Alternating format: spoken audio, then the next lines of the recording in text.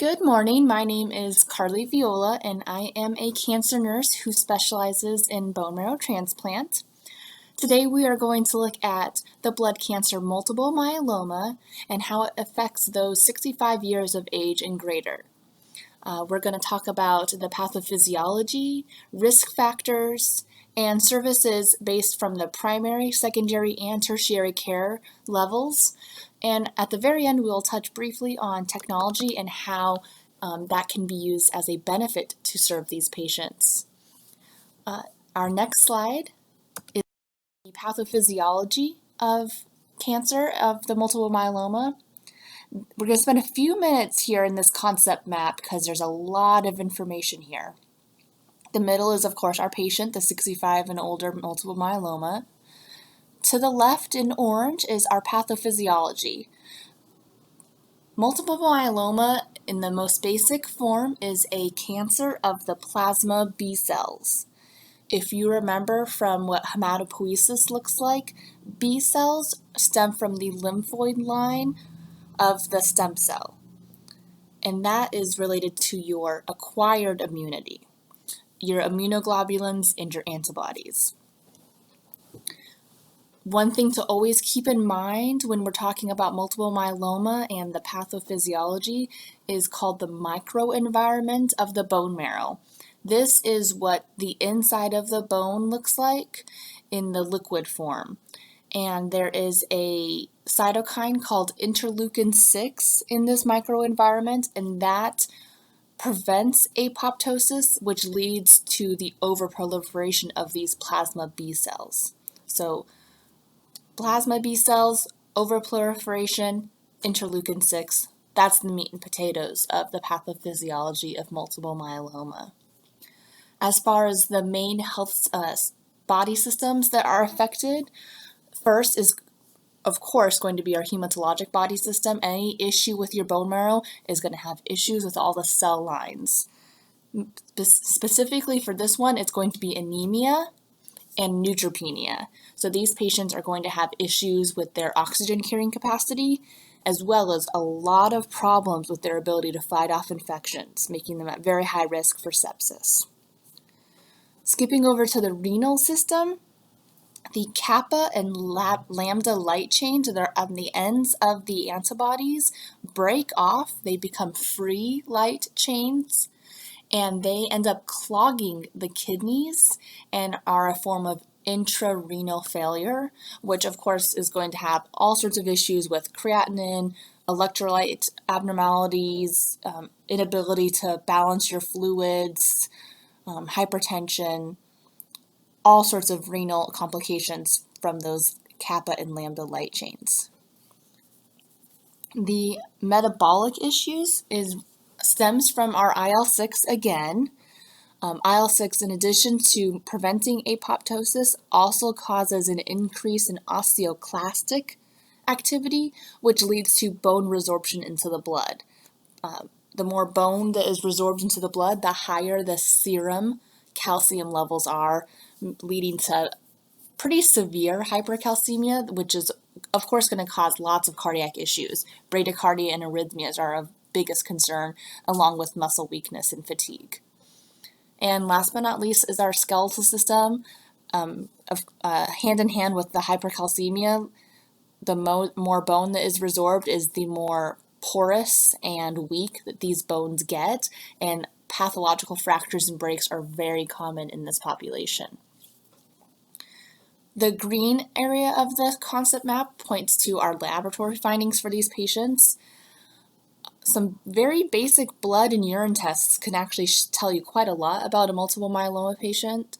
They're going to have elevated serum protein levels, elevated urine protein levels, presence of 10% or greater plasma cells in their bone marrow, and be severely anemic with a low hemoglobin, and of course our high calcium serum levels.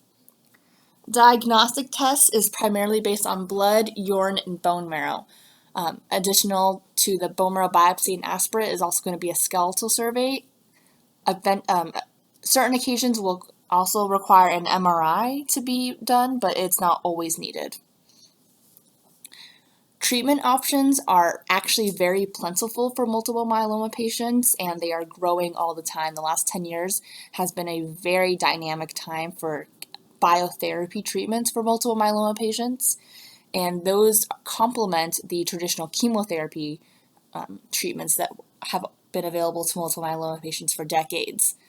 Steroids are going to always be chosen for patients. Anytime there's a lytic bone lesion, they will always be on steroids, as well as bisphosphonate therapy to help strengthen their bones. And the bisphosphonate therapy generally is for life, for the remainder of the life. Both autologous and allogeneic bone marrow transplant are options for these patients, but those are only done with careful consideration and proper education of the patient so that they can understand the pros and cons of going through that treatment. With all of these physical changes, leads to a lot of issues with development of the elder patient and how they're acclimating into their developmental stages of life. They often lose their independence because they aren't able to complete their daily activities like they used to. Inability to provide for family can lead to a lot of stress, a lot of anger, a lot of issues with depression, and they oftentimes will feel very isolated from their community and from their families. With most cancers, there is an underlying precursor that is non-modifiable. In the instance of multiple myeloma, this is called monoclonal gammopathy of undetermined significance. And the short name and easier to pronounce name is MGUS. MGUS is a very benign change in blood levels defined as serum proteins of less than 3 milligrams per deciliter with fewer than 10% plasma proteins. Please note if they have the M proteins and the plasma proteins that are greater than these values, that is considered one of the forms of multiple myeloma. And as you can see, there's an exponential increase in MGUS with age, 3% in adults 50 years and older, 5% in adults 70 years and older, and 10% in adults 85 years and older. So as you get older, so does the MGUS increases in people's serum blood levels. Additionally, MGUS is 2 to 3 times higher in our African American populations, and like many non-modifiable risk factors, the etiology for that risk factor remains to be unknown. As for our modifiable risk factors, it should come as no surprise that obesity is one of them. Obesity is a modifiable risk factor for a number of diseases, and multiple myeloma is on that list. I think our patients can get very burnt out on hearing how often they need to exercise more, eat less, told that they're not skinny enough. And sometimes explaining the underlying pathophysiology can kind of maybe help our patients perform better in those weight attaining goals. So for this disease process, it's related again to the interleukin 6. Interleukin 6 is actually made from adipose tissue, and with more adipose tissue means more IL-6. More IL-6 means more dysregulation of our plasma cells, and that can be one tool that you use to help ensure that your patients are understanding why we're asking them to lose weight, not just saying that they have to lose weight just because it's good for their health, but maybe, the why can help them be more have a little more control and be more accountable for their decisions of maintaining a healthy body mass index. So next we're going to talk about the primary care setting, and that's your care setting. The nurses and doctors in primary care, especially in geriatric primary care, is the front line of geriatric cancer management. You are going to be the nurse that identifies that one nuance that just doesn't add up to their clinical picture and maybe can help investigate a little further and understand that cancer should always be in the back of your mind when it comes to any adult aging patient, because cancer is a disease of the aging. Oftentimes we try to assume a diagnosis that is benign just because it fits the profile, but as a geriatric primary care nurse, you need to keep your options open. The dialogue and trust that happens between the nurse and the patient is going to be very vital here, because the more trust a patient has, the more they're going to be willing to tell you what really is going on at home and what really they think about their health and if they're experiencing any symptoms. I'd like to take a few minutes to talk about a case scenario of Mrs. L. She is a wonderful 68-year-old African-American female. She coming to your geriatric primary care clinic for her yearly history and physical. She has pretty much no complaints, but she did recently fracture her right wrist playing her weekly game of bridge. She tells you as her nurse, do not ever get old. You end up having no energy, you feel tired all the time, and you can't even do anything without breaking a bone. Mrs. L is diagnosed with osteoporosis and started on calcium and vitamin D supplements, which you don't question because that makes perfect sense. You explain to her that why calcium and vitamin D need to be taken together, and even that vitamin D is going to help her energy levels. So you're feeling pretty great that you've helped her with her problems, and she's going to come back to you a year from now and she's going to be healthier than ever and have no more broken bones. However, what if Mrs. L does not have osteoporosis? Misdiagnosis is very, very common in older adults with blood cancers due to how vague the presentation of these malignancies are. A lot of patients assume that feeling tired all the time and issues with their hips and their bones is just a part of the normal aging process. And as a geriatric nurse, you should be there to tell them that that's not always the case. Don't ever make assumptions. The earlier something is identified as being wrong and investigated properly leads to an early diagnosis that can end up saving lives in the name of cancer. One mnemonic device that exists that can help you deviate between a normal change and a malignant change when it comes to blood cancers is CRAB. So within the realm of multiple myeloma, CRAB means calcium, renal, anemia, and bone. And we use that to identify 2 or more of the CRAB features should be suspect for multiple myeloma and investigated further. These pictures here are very helpful. On the left, we have a bone survey that shows a lot of lytic bone lesions here, here, and here. And on the right is a picture of the serum protein electrophoresis, also known as an SPEP. The normal is in blue and the multiple myeloma is in green, and this here is what's known as an M spike, and that's a protein spike on the electrophoresis. Very simple test that can be run by pretty much any lab, and it can be suggestive of multiple myeloma. Once the geriatric primary care physician decides that a consult is needed, then referral into an oncologist with oncology nurses and a comprehensive cancer center would be needed. Establishing a relationship with a National Cancer Institute is really helpful because that allows patients to be enrolled into clinical trials pretty easily.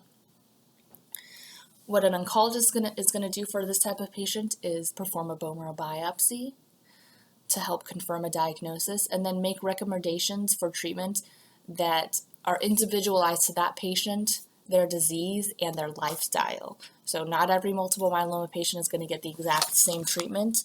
It's going to be individualized. Another benefit of a specialized cancer center is going to be a lot of resources. Full-time social workers, nurse navigators, support groups, and access to palliative care services are going to be readily available to the patients and their families who are referred into a comprehensive cancer center. With regards to the tertiary care center, it's important to recognize that there is no cure for multiple myeloma. However, bone marrow transplant provides the best chance for extended disease-free survival, meaning many, many years without having any recurrence of disease. A typical autologous stem cell transplant is approximately a 2-week inpatient admission and followed by daily follow-up in an outpatient clinic with bone marrow transplant trained nurses and doctors for approximately 3 months before that patient is referred back to their primary oncologist. And in these pictures here, on the left, we have the process of obtaining bone marrow through peripheral stem cells, them being frozen and then infused back into the patient during their inpatient stay. And on the right here is your very typical bone marrow transplant patient. They are bald, they are neutropenic, and they are dependent on fluids and blood products to stay alive during their transplant. It is a very risky procedure and should only be done with a patient that has had proper referral to a bone marrow transplant center. Here we have a care model for the multiple myeloma patient. At the very center is going to be our family, our patient and their caregivers, their support. Up at the top, access to geriatric primary care for all adults 65 and older. That's where you geriatric nurses come into play, recognizing those CRAB features in any patient and helping to get further testing done to help confirm a diagnosis and early referral to their oncologist. After an oncologist is seen and diagnosis is confirmed, that leads to step number 3, individualized treatment options.